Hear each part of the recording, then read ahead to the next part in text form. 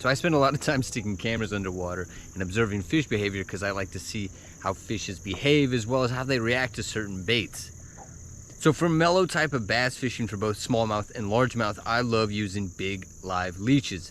The nice thing about a big leech is that the smaller fishes like 6-inch bluegill won't often take that bait off the hook or even get hooked if you're using a large enough hook, like a size 1 and a big leech.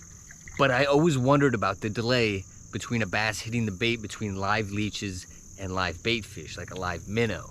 Because a live minnow or other bait fish get swallowed right away if you plant them right in front of the bass. Yet leeches often take a little bit more time.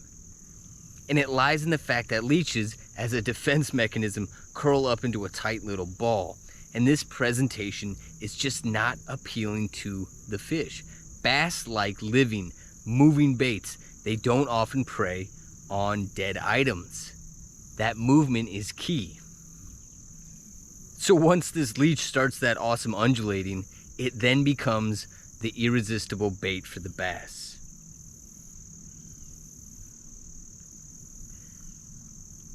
I often use a floating jig head rig and seat this near structure, 10 to 12 feet of water at the edge of transitions. That way I can present it about 1.5 feet off the bottom or a bit more, where the bass are usually patrolling. Because bass like to patrol between locations. They'll go between shelters or around the same shelter. So it's worth keeping your bait down in the same spot for about 5 minutes, if not more, because a bass will probably patrol that route.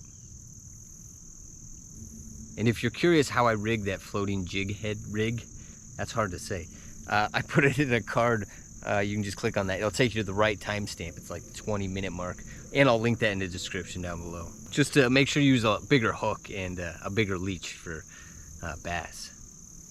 But I had a fruitful last couple of weeks up in Wisconsin. Plenty of fish were caught and photographed. Even some muskie were landed. I even got some great photos and video of a natural hybrid tiger muskie that I'll be putting in an updated, far better version of my eSox guide.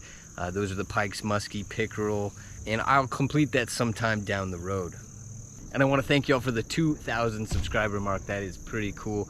A whole bunch of us here at KNFS that like learning and sharing knowledge about fishing and fishes. So thank you for being a subscriber. Thank you for watching. Thank you for liking videos. And thank you for chiming in your fishing smarts in the comments on videos. And a big thanks to the patrons from Patreon. Without their support, I definitely wouldn't be able to produce videos. So even $1 a month helps me get stuff done. So I'm at the Kankakee River here in Illinois today. I've had a good day. Caught a couple of big buffalo suckers. Pretty sure these are black. How long the body is versus the body depth. Caught a nice male northern sunfish. Plenty of log perch.